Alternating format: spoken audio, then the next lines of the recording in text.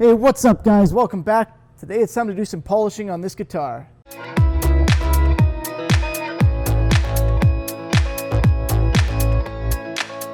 So in the last video on this guy, we clear coated it. You can see it's got a nice gloss on it. It's looking pretty damn good. I am happy. The front has the actual rivets in it. I'll show you closer in a bit here. And it's got a very, very fine brush pattern from when I did the brushing. It would sand out very easily. You have to go between the rivets and stuff, but honestly, I'm super happy with how the front turned out. So I'm gonna leave it because I don't see any dust or anything, and I don't wanna mess with that. What I am gonna do though, because we do need a tutorial on polishing, is I'm gonna polish the back. If you've been watching my videos for a while, you already understand how to do this. The concept is pretty straightforward, but it's still kind of daunting for a lot of people. So the idea is you're gonna sand it flat, you're gonna go to the highest grit possible. So if it's very smooth to begin with, like this one is, you're gonna start at a high grit. And if it is pretty rough, you're gonna start at something lower, maybe like a 600, 800, 1000 grit. I'm gonna start at 2000 because I wanna go up to 5. Now you don't need to go up to 5. You should be able to polish out pretty much anything above 2000, even 1500, but it's gonna be easier if we go higher. So I'm gonna go higher. Then you need to polish. These are all things that you can do by hand. You can sand by hand. There's nothing wrong with doing that. It just takes a little longer. You can polish by hand as long as you're not using microfiber cloths or something like that. Don't use a microfiber cloth, for God's sake. I know they're supposed to be no scratch and all that, but they will leave just a ton of scratches. It's crazy. You'd be surprised how many times I've had to deal with that question. Anyway, so we are going to sand this and then we're going to polish it. I'm using a rotary polisher with foam pads. I might start off with a little bit of a wool pad, but I won't be using that for long. Be careful if you're doing that. Wool pads do tend to burn through faster than foam. There are a bunch of different polishes that'll work. I'm going to be using the 3M system. They're my favorite probably. Norton Liquid Ice is excellent. Bellin's guitar polish is fantastic, or Buffer's polish I think it's called. McGuire's is great. Mother's is good. They all work. Like you can use the Turtle Wax brand, it doesn't matter, but you need to make sure that you're using the right stuff. It needs to be not as far as brand, but as far as type. Compound and polish, not wax, okay? You're not waxing it. It's a different thing. So please don't hit up the automotive section and grab yourself some carnauba wax and try and buff that in. It is not going to take out the scratches that you needed to take out. Yeah, don't do that. All right, we're going to get started here. Again, flatten it out with your sandpaper, then use progressively higher grits of sandpaper to take out the scratches from the lower grits. That's why we don't want to start too rough if we can avoid it, because then we're just adding scratches that we need to later try and take out, and you'll go through if you're not careful. And then once those scratches are super fine, we use the compound to take those out and then the polish on top of it. Or if you're using Norton Liquid Ice, for example, one-step system, just do several passes with that.